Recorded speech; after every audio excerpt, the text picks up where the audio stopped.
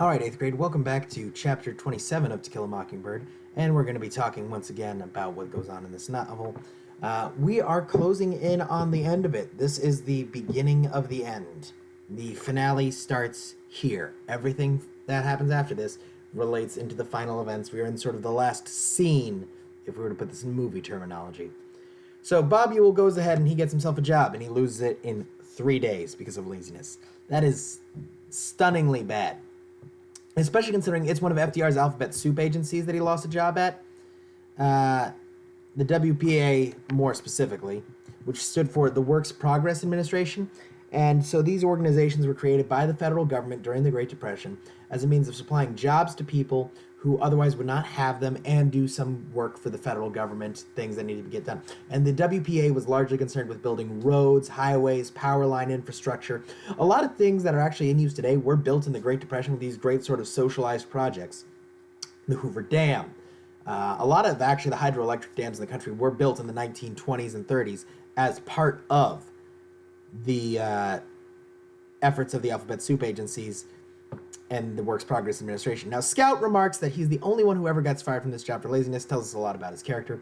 Bob returns to the welfare office and accuses Atticus of getting him fired. Atticus says if Bob wants to discuss it, he knows where to find him. He's not scared of Bob Ewell, he still isn't. Atticus shows no fear of Bob. Judge Taylor hears someone creeping up on his house and kept vigil with a shotgun afterwards. Someone cut his screen door. Link Deese, Tom's old boss, has made a job for Helen Robinson.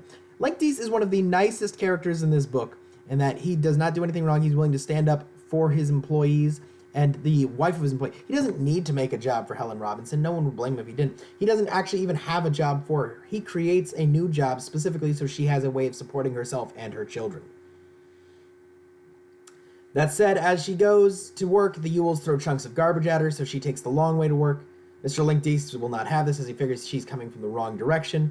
Threatens the Ewells with jail if they keep it up. Bob Ewell persists, but Link again threatens him with jail if he doesn't knock it off, and he does.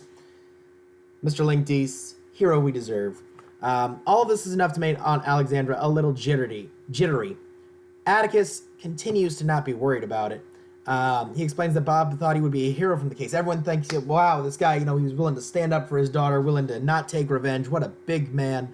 What a hero to the town of Macomb.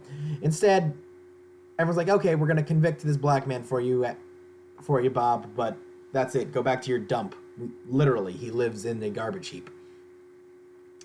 So if anything, his social status has been made worse. No one believes what he said. He's been put up there as a liar, a drunkard, and an abuser of his own children.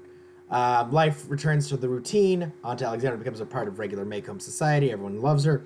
Time rolls on, and we get to Halloween in the fall.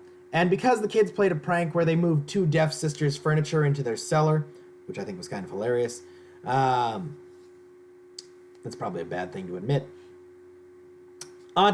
They decide they're going to have an organized Halloween pageant, and Scout gets to be a ham for the pageant. She gets to dress up as a ham. Isn't she lucky? And Jem will escort her to and from school for the pageant. So I want you to think like, the Christmas pageant we have at Mary of Nazareth every year. I want you to think like that, but for Halloween. Aunt Alexandra has a bad feeling about what's to come, and the chapter ends on an ominous note, which is Scout says she and Jem begin their longest journey together.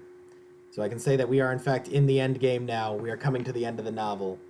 It all comes to an end here. So, want you to make your predictions about what's going to happen in this journey, what's to be expected. If any of your previous predictions have been disproved or proven, I want you to go ahead and leave that in the comments below.